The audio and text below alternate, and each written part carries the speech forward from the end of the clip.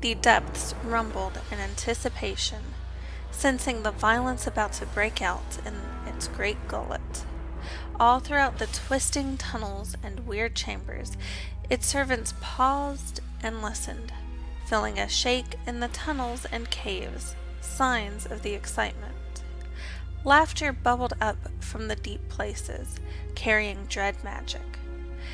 It echoed through the empty hallways and rolled over the rooms crawling with life, a deep, booming laugh, a fiendish delight in the blood to be spilled.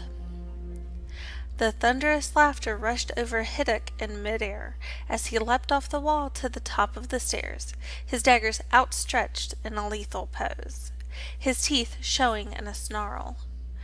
The rest of the Delvers, standing at the bottom of the stairs, opened their mouths in astonishment at the Catshee's sudden appearance and fearsome rage.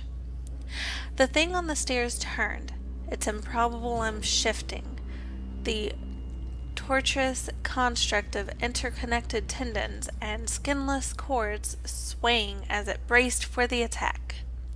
Hiddock's twin weapons struck home, severing strands of straining flesh with audible snaps, ruining the weird, almost hexagonal shape of the main body mass. His furry form gracefully tucked and rolled as a long, thin limb swept up from below and swiped at him in response.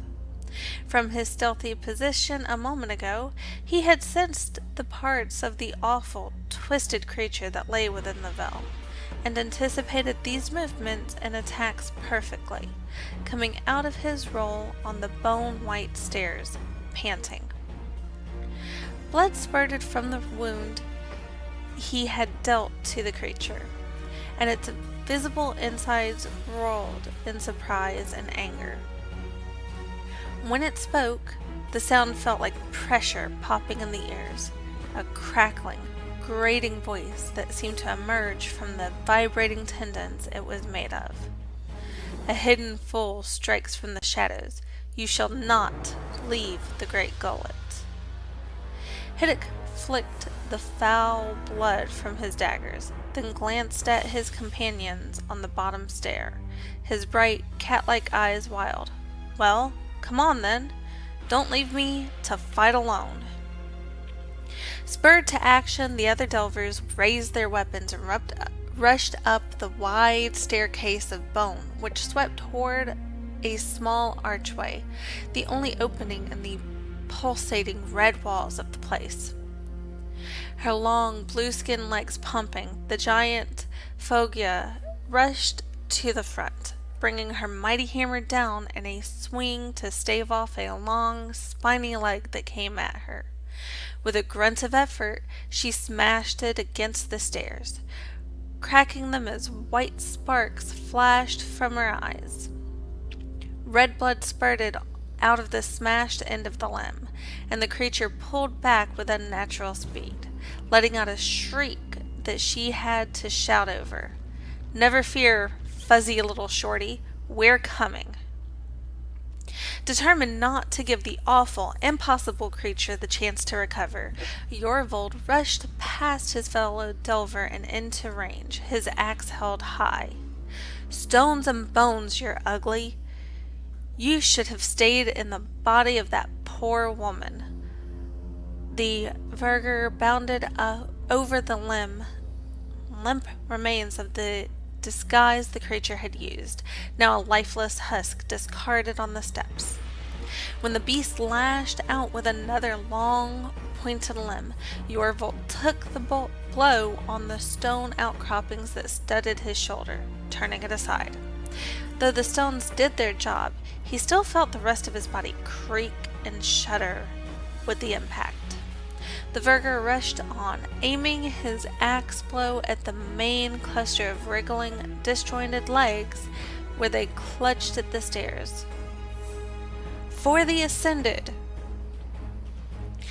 The flashing blade cleaved through popping strands and stalks, showering the Verger with a fine mist of blood. The creature reeled, furious, and screeched loud enough to shatter eardrums. Yorvold stumbled back, his stones aching. Lower down on the staircase, Zedric tried to duck out of the way as a long, pointed leg darted out of nowhere at him, coming through the veil itself. The human wasn't quick enough. The deadly spine punctured him at the shoulder, eliciting a sound of surprise and pain, then ripped out, tiny hooks carrying bits of Zedric with it. The man slumped to one knee, groaning as the creature whipped its limb through the air, whistling past the nimbler Hiddick. Blood spurted from Zedric's wound as fire flickered around his fingers. The flame warden felt something wrong, something unclean coursing through his veins. He watched, hypnotized for a moment, as dribbles of crimson stained the unpleasantly white stair beneath him. Zedric didn't even feel the pain. Perhaps there was some sort of numbing agent in the creature's skin? He was too distracted to notice the other attack coming swiftly down at his head. Fortunately, Sacrifisto was ready. The sight of his ally's blood pushed the healer into action, and he rushed forward, magic ready, curling up his arms. With an effort, he pulled Zedric from danger, lifting him and bringing him a safe distance away. Sorry, my friend, I hesitated to attack a living creature, and now you have been hurt. I will help you. The banshee hovered by Zedric and promised himself to be quicker in the future. After all, the Flame Warden had already saved him once. Although the source of the deadly power that had earlier flowed into the human's magic was yet to be identified, shaking that thought from his mind, Sacrifisto used his power to pull away the blood and take the human's injuries onto himself instead, ignoring the lashing tentacle that smashed the stairs just out of reach. The beast wasted no time at all in following up its attack on the Delvers. Foggia smashed aside another of its swiftly growing limbs, while Yorvold slashed his way in deeper, both fighters battered by counterattacks. Meanwhile, Hiddick circled, dodging and weaving. Though the beast appeared to have no front or back, to not even fully inhabit this reality, the stealthy Ketchi felt sure he had noticed a crack in its armor, an area not fully defended by its flurry of attacks. Noticing Hiddick's attempts to reposition, Foggia gave a shot. "Oh-ho!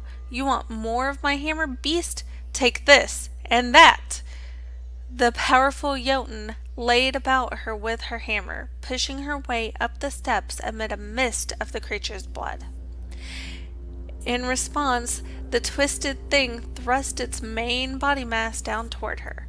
Jagged bones outstretched, it snapped them together like horrible teeth, and one gored the Jotner on her side, while another dented her helmet, tossing her back.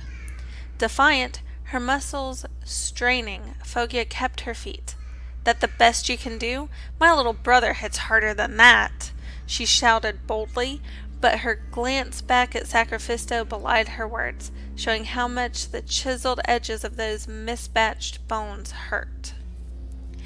As the terrible creature leaned down to bite, Hiddick spotted the rip in its impossibly proportioned form.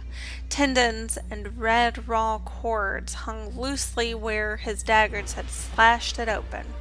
However, even with most of its limbs occupied with other delvers, the faceless monster could still defend itself, growing spare limbs as necessary and striking at all angles, even from within the veil. As the frost giant shouted again, this time in pain, Hiddick ducked and dodged, desperate to get closer. The Ketchi was so intent on his target, he didn't see the spiny limb that came out of nowhere, piercing the air and aiming straight down at him. From the bottom of the stairs, Sacrifisto hesitated no longer. Stepping up from his human ally, the healer drew himself to full height, drew a deep breath, and opened his mouth. Yorvold saw what was coming and covered his ears. The scream that erupted from the banshee's mouth reverberated and echoed through the hall, growing louder and louder, even drowning out the monster's own noises. Everything was shaking. vibrating with sounds, waves of it crawling over skin and humming in bones. It was a full-throated, overwhelming wail, the most powerful, dire scream that Sacrifisto had ever produced. The monster reeled back, shouting, but unheard.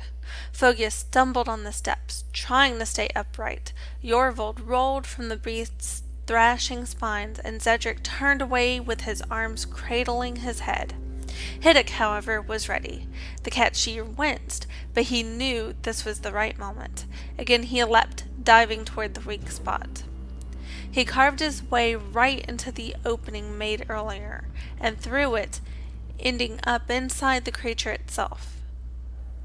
Instantly, the beast reared up, rising to its tremendous height and shaking, crying out, "The depths itself shall have you!"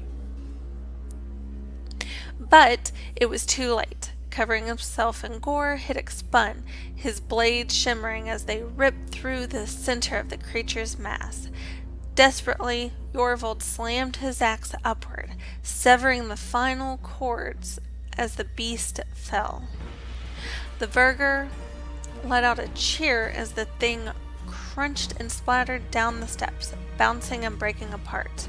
The ragged cheer was taken up by his fellows, raising their weapons and fists as the enemy was laid low and their hearing slowly returned. His dire scream ended. Sacrifisto simply smiled and clapped, not ready to use his throat again so soon. Hiddick rolled from the destruction, ending up a couple of stairs down. He tried to wipe some of the foulness from his armor and cloak, but it was of little use. He sighed, hoping one of the magic wielders might be able to help him, and looked about. To the cat-she's critical eye, none of them were doing all that well. Zedric was no longer leaning on the healer for support, but his face was drawn and pale. Little wonder, considering the power he had thrown around and the bright stain that still marred his shoulder. Foggia was hell, but for the cut on her side, although her armor was heavily damaged, while Yorvold's cheer and brave face did little to disguise the deep scratches and marks on his skin and stone protrusions. Then again, they were all still alive, which was a lot more than could be said for the last raid he'd come with. "Hang on a moment with your cheering," the cat-she said aloud, his nostrils flaring as he panted. "Where's Donnie?" Their enthusiasm faded as the Delvers glanced at one another. Zedric shook his head angrily. "Silly little fellow said he saw a treasure, went running off down some side passage, which closed up after him. No way to follow. Nothing we could do, especially with you gone as well." Hiddick hissed out his teeth, more to calm his breathing than at Cedric. "Should have known you wouldn't recognize my tactics, Furless. To be most effective, I need to attack unseen, alright? Don't expect to see me all the time." He glanced back at the enormous hall they had come through, the great gullet.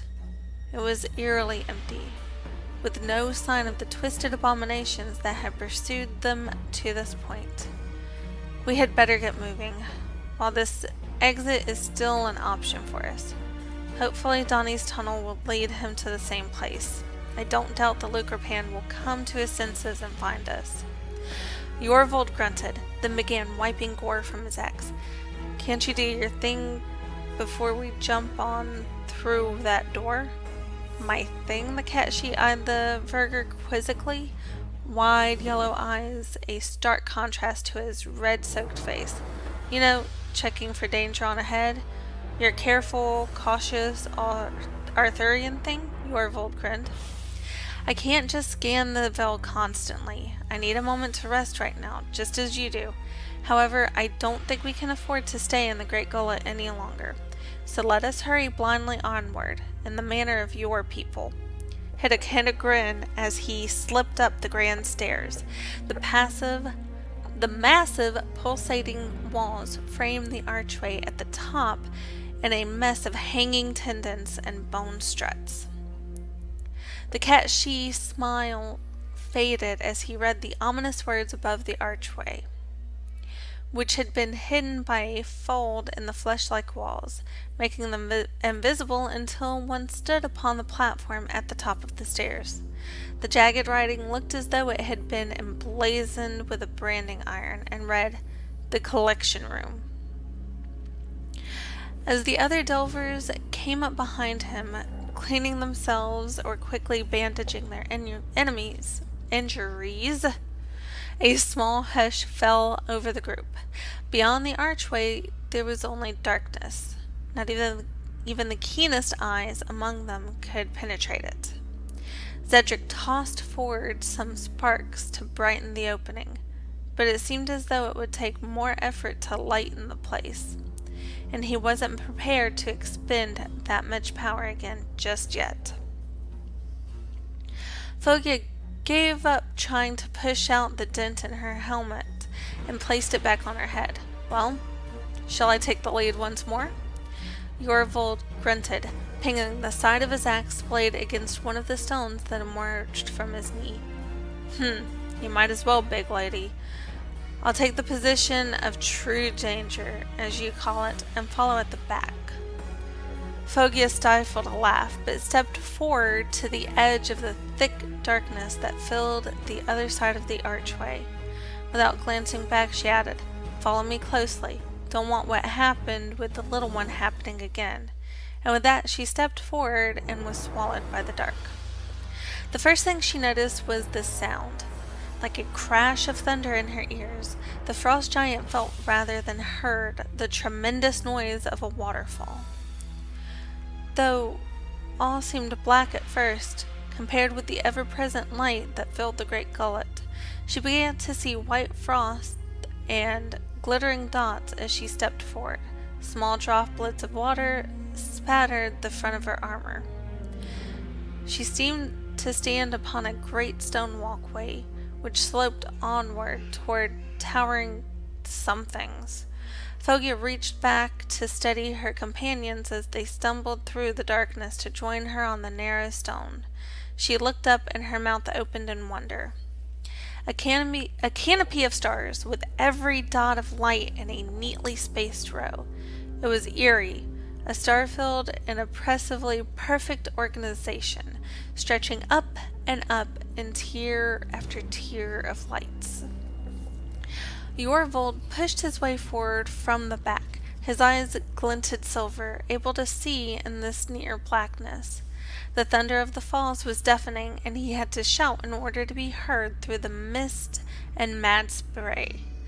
"Stay close, friends. It's a sheer drop to the river." Cedric cleared his throat. It was cold. He sensed rather than saw his breath going up in a mist. How about a little more light? It was difficult to make a fire in here, but he called upon the heat in his chest, exhaling a stream of flickering orange that hung in the air, slowly fading. The waterfall shimmered, droplets catching the light as they hung in the air for a moment before plunging down into the reflective pool below. The light played over the surface of the water, which seemed like a substance not quite of this world. Cedric's light revealed a strange place, a vast cavern filled with uncountable tiers of great shelves of stone. Down the center of the cavern, between the endless towering walls, an enormous underground river swept swiftly along, crashing into a giant sieve before tumbling into a dark abyss.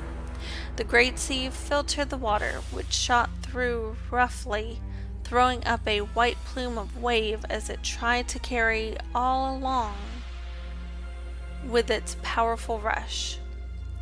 In the ever-rippling surface of the river, the stars were reflected like rows of eternal eyes, always shifting as they watched the water.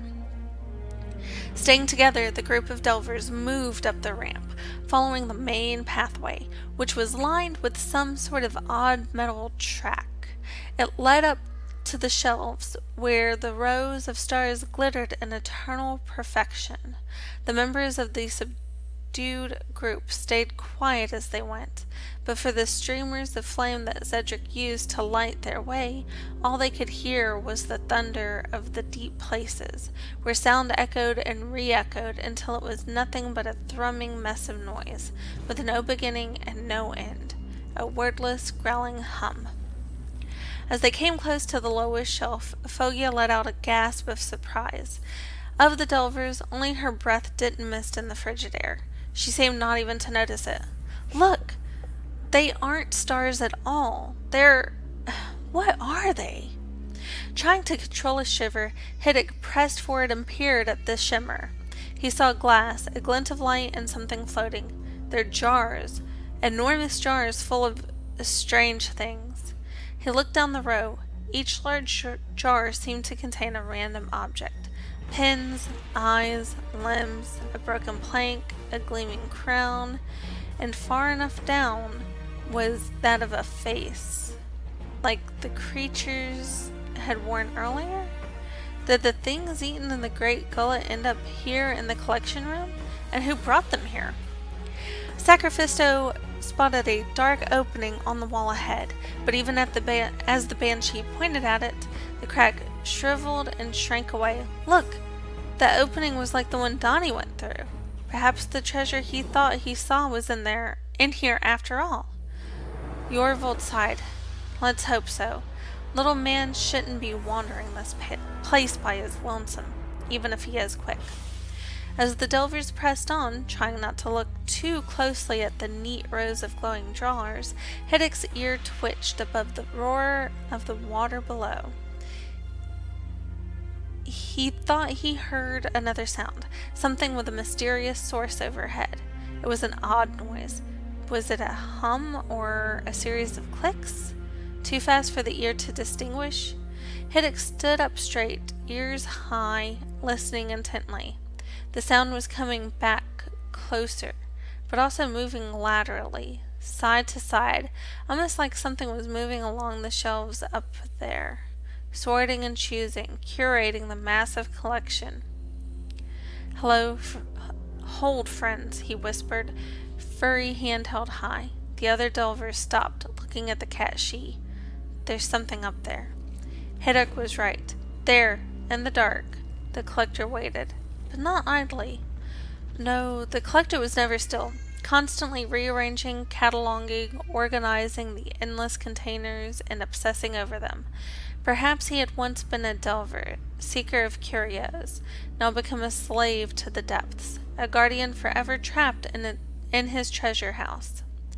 Perhaps he was simply an expression of this place, a vestige of a soul that kept track of things lost within its living bowels. Whatever the truth, as the collector rolled along his track, the gears that had replaced his abdomen spinning madly, he mused upon his latest acquisitions.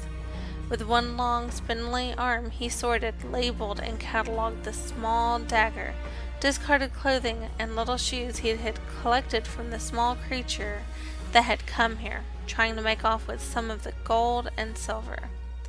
Quite the jumper, that one.